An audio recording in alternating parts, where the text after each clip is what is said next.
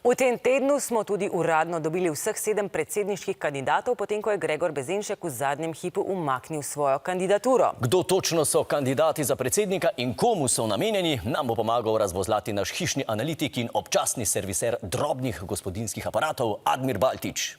Pozdravljen, Admir, kaj lahko pričakujemo? Ja, 7 sicer je pravlično število, ampak tukaj srečen konec čaka samo enega kandidata. Predsedniška kandidatura torej ni pravljica. Ne, in glede na to, da smo že v prvem tednu izgubili enega glavnih stranskih likov, lahko rečem, da bo tukaj na koncu vse veliko bolj podobno Igri prestolov. No, vsi vemo, kako se je tam končalo. Kakorkoli, Admir, izvoli. Hvala.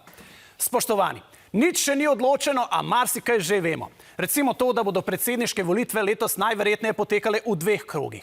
Če se izrazimo v športnem žargonu, lahko tako rečemo, da bo prvi krog kvalifikacijski in nam bo povedal, kdo bosta finalista. V drugem krogu pa potem končno izvemo, kdo bo premagal Anžeta Logarja. Ja, tako je. Prvega finalista že poznamo, to je Logar Anže. Tudi če bo namesto na soočenja raje hodil ženo po salonih izbirati nov laminat, bo zagotovo prišel v drugi krog. A tako kot vemo, da je Anže že finalist, vemo tudi to, da bo v finalu zgubil.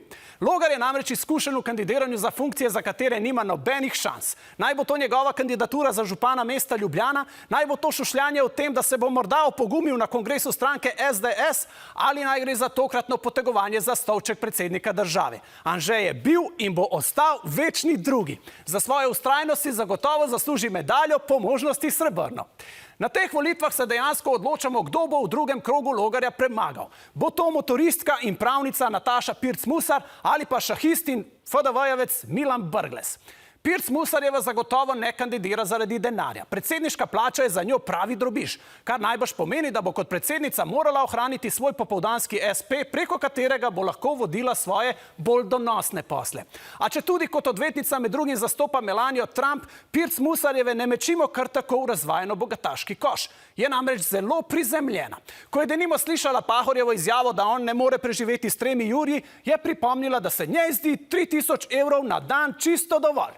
Milan Brglez, migrant iz Bruslja, računa na to, da je folk še vedno navajen, da je predsedniku države preprosto ime Milan.